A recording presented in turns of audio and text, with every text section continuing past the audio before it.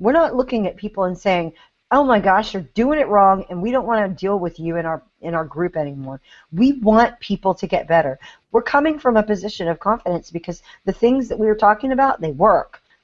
And we're coming from a position of pleading as well, saying, get together, let's get together on the goals and operate and work toward them together and stop attempting to get in our own way. It's hard to be active. It's hard to do those things.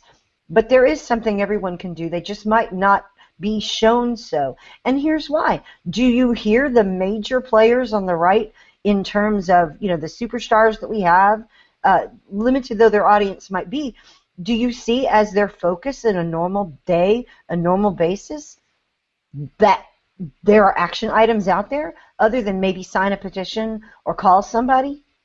Is that the limit of the ideas that they have? I don't know how much we can get a lot of people getting us outraged about something.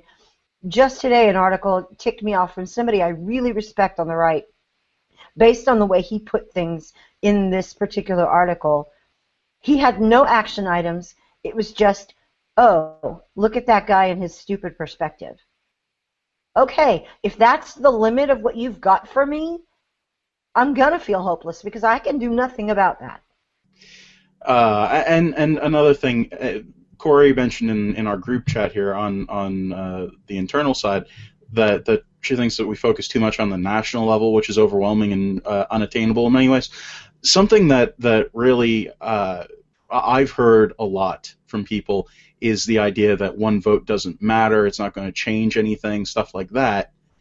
And it's really frustrating for me to hear that sort of thing when I know from being on the walking blocks last year during my local elections, I had a mayor and a council person who would have been a major upgrade from what the town currently has, lose by 21 and 7 votes respectively.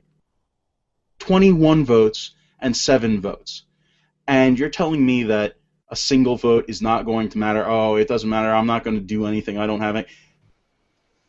It's mind-blowing, and the amount of impact that you can have on local races and what that means going forward in the future.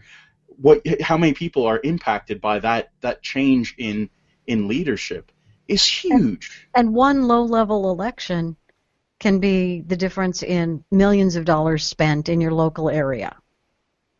Because that one guy is the one guy that's going to vote in favor of the plan to put in sidewalks alongside your bayous and allocate the contract to his friend, rather than saying no to that project, which then allows the money to be put someplace else or not spent, or they don't raise the neighborhood fees. I mean, that one guy who lost by 7 votes can make the difference in your personal income and millions of dollars in your neighborhood. But I think we also focus so much on elected politics, which is the end stage, and going to the voting booth and pulling that lever is the last step. Everything else has to come for it, because elected politics is downstream from culture. Elected politics is what we do as a trailing indicator of what's going on in the world, because we elect politicians to do what we are and what we want. And so what conservatives can do, because there are a ton of conservatives that are not happy about the GOP, and the GOP is simply the name of the organization that does the elected politics part.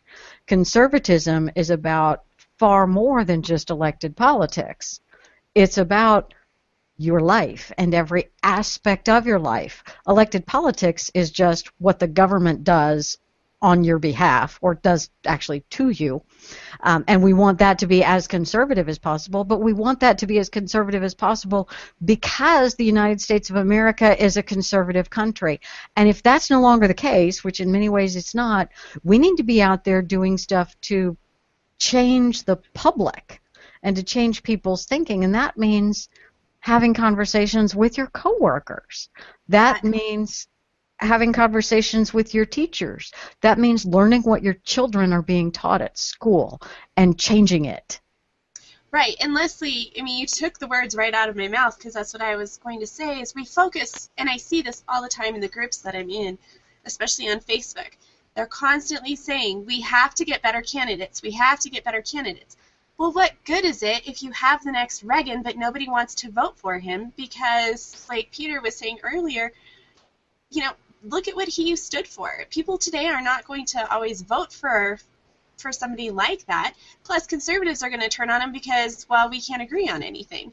So we're putting the cart before the horse in many ways, because first things first, we have to change the hearts and minds of our neighbors, our family, our coworkers, our friends. And once hearts and minds are changed, that's when you're going to see the true change come. And it's not always going to be on the national level. Politics is local. And I think a lot of times we forget that, because it's very easy to just read the headlines and rail against whatever scandal is going on in the GOP. But that's really overwhelming, and there's millions and millions of us in this country. We need to do what we can in our sphere of influence, not just look at our sphere of concern. Absolutely. I that was had everybody there, Cori, just like completely enthralled and nodding in agreement. In addition to being a part of the conversation locally, we also have to remember that there are parts of the culture that we can impact and parts of the culture that we can participate in. And we talked last week about the Obama, or the YouTube interviews Obama thing, and Fishy and I last night we did a 1 hour, although it was cut down from a little bit more than that, discussion about just the importance of interacting with people through the channel of YouTube, through this kind of the culture that YouTube has. Fishy, if you want to cut into this a little bit. Yeah, we just wanted people to get a fuller perspective on what we were seeing that other people might have been missing. And so we talked a little bit about the value of YouTube and what it was good for, how that's such a vast audience, the way that the culture's changing, the way that especially younger voters are getting their information.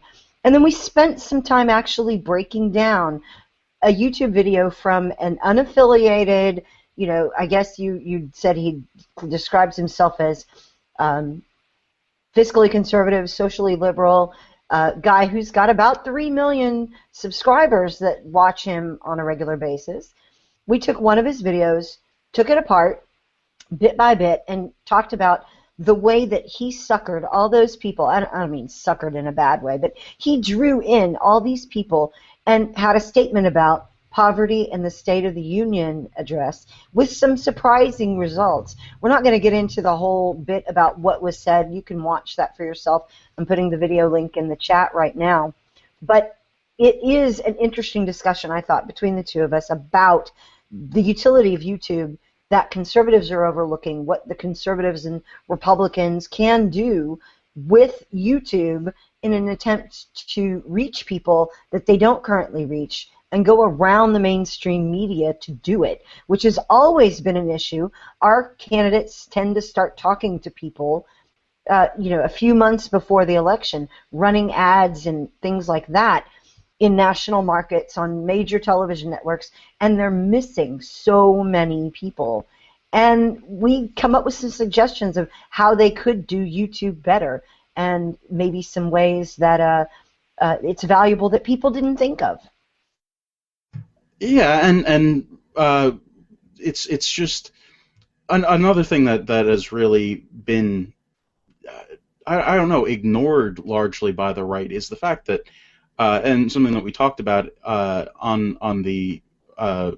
in this discussion was that YouTube is a great democratizer. It's something that anybody can pick up a camera and put a video up on YouTube, and we have people on our side who neglect to realize the similarities between the blogosphere and the questions of just a blogger, and that was something that everybody was upset about for the longest time. I think it was Michelle Malkin who somebody said that she was just the blogger, and that hashtag became a thing, and there was a lot of mileage gotten out of that. And don't forget that there was a lot of questions a few years back about credentialing journalists for the purposes of being able to exercise their First Amendment rights, and that you would only have them if you were credentialed. There were people who won in the new media, hard-fought victory there over being legitimized and not being credentialed out of media, new media. Yeah, absolutely, and that's what really one of those things that drives me nuts is that for whatever reason a lot of us don't really see the fact that these are our brothers in a sense, that this kind of the way that you take people who are not stars, they're not famous, they're not anyone of particular reputation, and they have built for themselves an audience of millions of people. They've been seen billions of times in some cases, and are talking to the president. They're talking to the president. That's not a small thing, and we just sort of thumb our nose and say, oh, these people are jokesters that are playing around on the internet. The main thing I wanted people to understand and take away from that, and then this is really, the rest of it people really need to see for themselves in the video, is that the most important thing to take away from YouTube Interviews Obama is that conservatives can tap this vast market of people, and if we don't, the left will, and they will keep them. Yeah, Fishy and I actually had a conversation earlier today, and I really wanted to kind of piggyback on what she was saying there, in that where's the conservative version of The Daily Show? I'm not suggesting that we actually need one. What I'm suggesting is that we throw up our own roadblocks and say, oh, it's the media. Oh, it's the media. We can't get our message out because it's the media. Well, we don't have any more excuses. We have tons of ways that we can get the message out.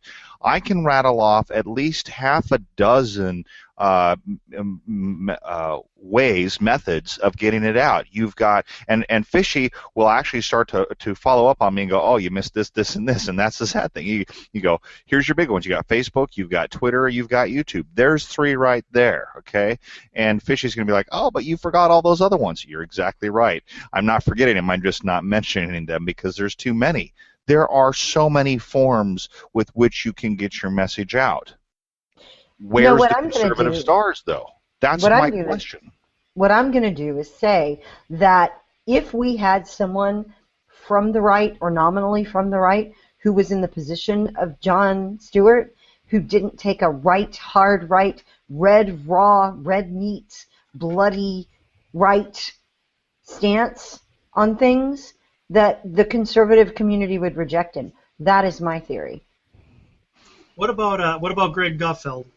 I think it's unfortunate. Right now, he is the only funny guy on the right who anybody knows about, who is doing anything with any regularity. He's on the 5 and Red Eye. He, basically pioneered and built Red Eye. What else do we have? Well, you could point to Dennis Miller. My question is that is Greg Gutfeld starting to follow in the footsteps of Dennis Miller? Dennis Miller actually was way over the heads of most people. So And I don't want to pigeonhole the talk about, well, where is our version of X? In the chat, I just want to point this out that Titan says there used to be the Rush Limbaugh show. Well, the Rush Limbaugh show actually isn't used to. It's still there. What I'm pointing out is that we now have new media. In other words, the old media isn't irrelevant. It's that it's now being marginalized